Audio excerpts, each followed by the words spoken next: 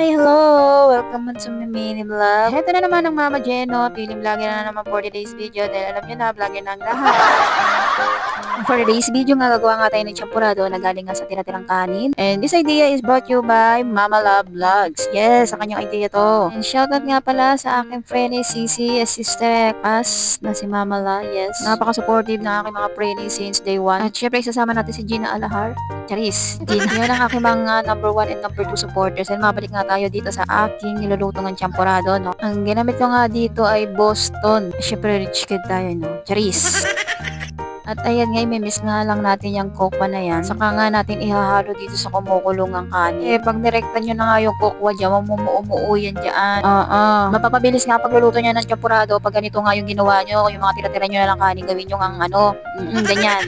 Pag nalagay nga ulit natin ng kokwa, hintayin na nga lang natin yung kumulo ulit. Kung kumulo na nga, ilalagay ko na nga itong natira nga naming asukal na napakatigas nga. Mas matigas pa sa ulo ng anak ko to eh.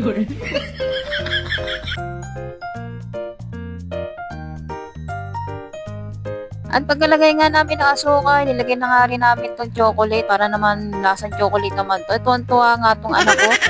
Dahil nga naisama natin siya sa ating vlog.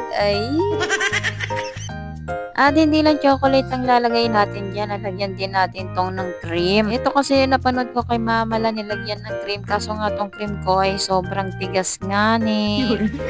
Itong ang cream ko ay natira pa nga doon dapat sa gagawin ko nga graham bar. Kaya nga lang nag-uulan. Hindi nga naman ako gumawa. Hindi na nga rin ako nakakapagtinda nga. Gawa nga ng naulan.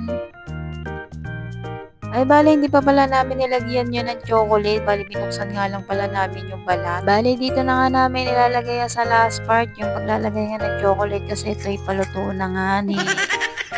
May isisingit nga lang akong item ha, mga Ang ganda talaga nitong ginagamit kong wireless microphone. Imagine, ang lakas-lakas ng ulan, hindi nyo naririnig, no? Nandyan lang yung link sa comment section.